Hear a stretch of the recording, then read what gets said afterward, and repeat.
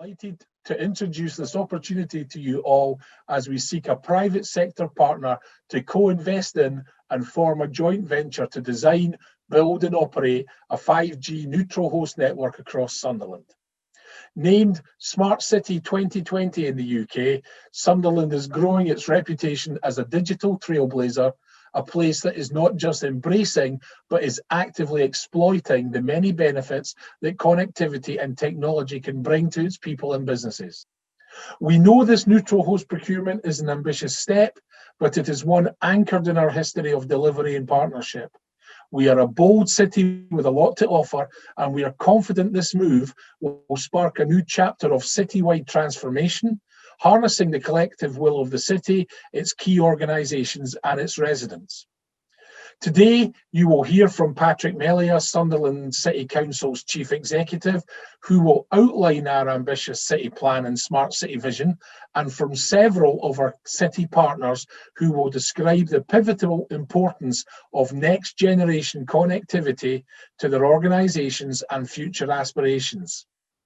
So, come with us on this journey into the undiscovered country that is the future. Help Sunderland become the best medium-sized city in England to work, rest and play, and with the best possible 5G credentials. Thank you for your time. I think being a smart city and working with a 5G neutral host is just really important. It benefits businesses, it enables business to have access to high capacity, low latency networks, which means they can operate efficiently within the city and quickly within the city, but actually can also operate on that global footprint, enable them to access resources across the world and to really be competitive. It's really important for our residents in terms of access to services. If you think about how COVID, we all changed to work from home and we work in very different ways. We collaborate much more through IT than we ever have, and therefore having the best IT infrastructure in the country, if not the world, is really important to the success of our communities. Enable them to reach new opportunities, whether that's through education, whether that's through employment. It really can open up a host of opportunities that people can benefit from. It'll therefore help people to be more prosperous in their lives, to have better jobs, hopefully to have a better work-life balance as well. And then also there's some real opportunities in terms of health. And we've already done a number of initiatives. We've enabled over 350 homes where we've put in assistive technology, and it really transforms their lives. It transforms the lives of their families. And we want to do much more of that so that people can actually be at home, be independent, be with their families, and it's a much better life for them. So I think for me, therefore, council leading on this isn't about the council doing all of the work. This is about the council working with partners across the city, and I have to stress that very clearly. This isn't Sunderland City Council. This is Sunderland as a whole. This is the university. This is the college. This is the North East Automotive Alliance, of which Nissan is a key partner of that. This is our football club, which is so important to the fabric of our community. This is the hospital and the CCG and the community involvement sector. We've all got this joint shared ambition to be a smart city, to be a connected city with opportunities for all. And I think what we're trying to do as leaders of the city is to ensure that we've got the right infrastructure in place, and that which is through fibre in the ground, 5G technology. And then once you've got that, how do you enable people to benefit from that? So we will use things like our software centre, which hosts the Digital Catapult Centre for the country. We'll be able to build on those opportunities. So it's not just about the infrastructure, it's then about how we bring it to life, how we make an impact on people's lives, how we make it better for businesses that will really grow the prosperity and the health and well-being of our city. This is a really exciting opportunity for the City of Sunderland, but specifically for the University of Sunderland. We are a university with a very strong focus on applied and vocational disciplines, medicine, nursing, pharmacy, engineering, teaching, and the like. So greater connectivity in the city really matters. It matters for another reason. Around 85% of our students here in Sunderland are commuters, so they actually live in the city or just in the surrounding region. So giving them that better connectivity will be important for us. We're a university that's on the move. We've got a brand new medical school, which is now recruiting 100 students a year. It's part of a greater expansion in health-related disciplines. And again, we are at the cutting edge of using virtual learning environments. So anything that can be done to enhance connectivity in the city is going to be of enormous benefit to the university and, even more importantly, our students. So I absolutely back this initiative, and I'm looking forward to our new partners coming to join us in this exciting moment for Sunderland. The commitment that the leadership within Sunderland Council have taken towards wanting to be a smart city is brave, but it's necessary. And I think they've gone a little bit of a step further. They've not just had the ambition to be a smart city, they've actually got a narrative of what that means. I think many a time we've seen cities across the UK and indeed across the globe suggest they are smart cities, but it's just a veneer. I think in Sunderland, what they've done is hung off projects underneath that, whether that's assistive technology or whether it's the work that we're doing in and around transport and in and around other council services. They're actually suggesting what success looks like to be a smart city. And I think that's all been led from the front, but actually it's got a groundswell of people following it as well. And I'll say it again, whether that's the departments within the local authority or the other actors within the city, right the way through to the residents who are just prepared to give this a go. I think the digital approach will help the integration of care locally. It will support local health and care records. Primary care digital transformation will help us with improved GP systems, data, and digital services to people, so there is greater choice for people in the community to be able to access GPs or primary care services through using digital options. What I'm hoping for is the 5G helps us to build a technical architecture which will support both health and social care and deliver assisted technology to create smart homes, to keep people well, and to promote that self-care and prevention agenda. I think the most important thing for us is that this would provide an opportunity for us to enhance real-time delivery from home, particularly for our students, which increasingly is becoming much more of a mixed method of delivery that we are providing across our colleges. So, for example, live streaming, even higher quality audio and video within class and outside of class is really important. We're a college that uses a range of multimedia technologies, augmented reality, virtual reality, and mixed reality. And of course, this provides an opportunity to ensure when we're using those technologies that students are getting clear, crisp, uninterrupted, immersive simulations. So important if we're to deliver the best quality educational experience for our students. I think from Gen 2's perspective, we're extremely keen to support the city in its journey to become a smart city and to become very connected. I think the fibering up of the city, the availability of 5G and fast connectivity, I think is absolutely important to taking the city forward and providing the opportunities for business and for residents. I think from a social landlord's point of view, we've got 29,000 homes across the city. We've seen during the pandemic the need for people to have connectivity, whether it's working from home or whether it's actual social interaction and not being isolated, having access to services, whether it's online shopping, etc. And I think what we know is there is a lack of equality in terms of good connectivity and affordability and speed. And I think we want to level up that playing field for everybody here in Sunderland. That's vitally important.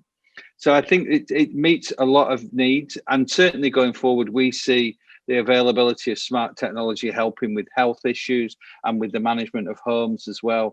So I think everything pulled together is all about us trying to provide the best possible platform for people, for their aspirations, for the city, for employment, for health, to provide really good homes that provide people with the opportunities to make the most of their lives here in Sunderland. I mean, Riverside Sunderland is just a whole new city quarter. It's Sunderland's ambition to bring its city centre into the 21st century. Although we've made a great start with hundreds of millions of pounds being invested already, occupiers and those that will live, work and play in Riverside will need it to be smart. You know, the site itself will be 1 million square foot of new workspaces in the form of office development, over 1,000 new homes for people to live in. And of course, there's going to be hotels, there's going to be leisure, there's going to be cultural investments. All of these investments and the occupiers of them will rely on smart technology, because our lifestyles of the future are going to be dominated by technology. I mean, as an investable proposition, Riverside will need to have a 5G USP. As a new community built around a focus on lifestyle, every aspect of life will be touched by our smart investments. As well as having great ambition and a succinct investment strategy, in Sunderland we know how to deliver, and we know how to deliver the promises that we make around development. Investing heavily now in smart infrastructure will position the city beyond its competition. This is our smart plan for the future, but it's happening right now. In terms of 5G, we do believe there's a huge opportunity to support the that ongoing drive towards operational efficiency across the sector. A study by KPMG and SMMT identified that by 2035, the automotive sector, if it was to fully adopt digital opportunities, would deliver something like 74 billion of benefit to the automotive sector just in the UK. We are a beacon of productivity here in the North East. We see the Industry 4.0 being that next big transition for the automotive sector in terms of that drive for productivity, and we can see quite significant advantages in productivity gains through the adoption of those sort of technologies.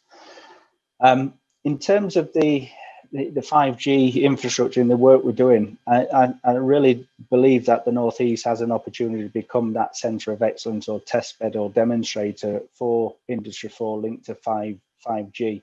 We really believe there's a huge opportunity to transition the region, and we're doing a lot of work in this sort of area to look at supporting the council's ambition to roll 5G out across.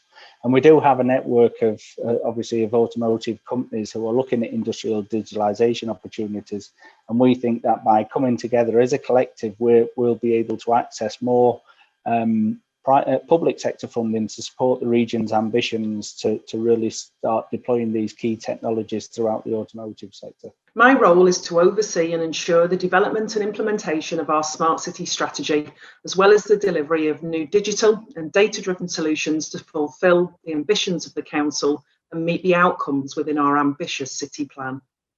Within the city, we recognise the pivotal importance of next-generation digital connectivity, key to connecting people and places, and for us, this means ubiquitous connectivity right across the city, leaving no one and nowhere behind. The delivery of a whole range of use cases is starting to improve the quality of life and frequency of opportunity for the people and businesses within the city, and our focus as a smart city team is on the positive impact our projects have. As you've been hearing, we've achieved a great deal in a short space of time as a result of our ambitious plans and commitment to making things happen, and I'm delighted to be able to introduce the next step on our ambitious journey as we seek a private sector partner to co-invest in and form a joint venture with us to design, build and operate a 5G neutral host. We want to achieve ubiquitous 5G neutral host across the 127 square kilometres of the council area. This means high speed, low latency, wireless communications covering at least 99% of the outdoor area within the geography of Sunderland City Council. This alongside a low power wireless access network reaching 100% coverage with indoor penetration. Our definition of a neutral host is a shared access network that will be managed by the joint venture and governed by an open and transparent set of terms, conditions and pricing, where all mobile network operators, relevant ISPs and other third parties can offer layer services, and no one will receive preferential network access or service levels within the principles of net neutrality. So what do we bring to this offer?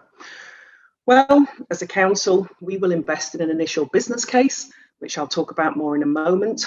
We'll contribute existing assets in use in the city, such as our 5G ready communications ring. We'll provide right of access across a range of council assets, such as our properties and CCTV masts. We'll facilitate the use of other street assets, such as the lamp columns currently held within a PFI contract. We'll buy back services from the joint venture. We'll support bids and investment funding. We'll bust barriers to deployment and operation, and we'll promote 5G across the city and with our partners and build demand, in particular through a series of use cases such as our very successful assistive technology strategy, currently deployed to over 550 homes across the city. So in turn, we expect the private sector partner to provide the expertise, the skills and the capacity to design, build and operate a 5G neutral host, to invest in the neutral host, to recruit customers, including MNOs and ISPs, to use the neutral host, to secure and support multiple spectrum bands and frequencies to ensure full coverage for all operators, to stimulate demand and support use case development, in particular in respect of digital education and training and employment and enterprise support. The resulting joint venture will deploy, own and operate a 5G neutral host and linked assets across a 20-year term. So the initial deployment will be for the city centre and our Riverside Sunderland development, and this supports our successful bid to the Ministry of Housing, Communities and Local Government's Getting Building Fund. The joint venture must design, build and operate a 5G neutral host, a high bandwidth 5G small cell network within the inner city ring road and across the Riverside Sunderland development. This covers approximately 1.7 square kilometres. This alongside a low radio wireless access network, although other LP1 solutions will be acceptable, connected to a range of sensors managing city infrastructure and supporting social and healthcare. As a council, we have a number of existing use cases deployed and further ones planned that will become anchor tenants. The budget for this is 2.147 million, and importantly, the build must be complete to this minimum footprint by the end of March 2022 to meet the requirements of the funding bid.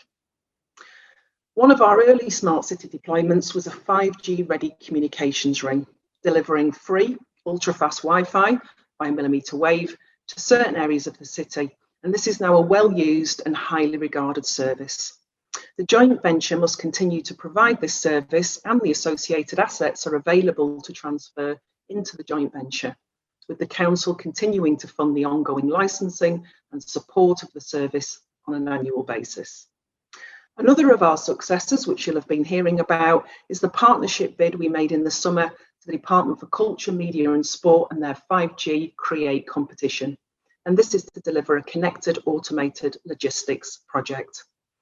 This project requires a 5G standalone network on the test track and private service road at the Nissan site, and a 5G core with capacity to support more projects in the adjacent Bantech site. A further competition is being undertaken at present via Crown Commercial Services, with an anticipated award date of the 15th of December 2020. The network will be in operation until the end of March 2022 for the purposes of the bid. And as part of this opportunity, we are seeking to transfer this 5G private network and core to the joint venture at the end of this project. This will allow further development of the network and provide a whole host of opportunities to support the extensive manufacturing base that resides here in Sunderland.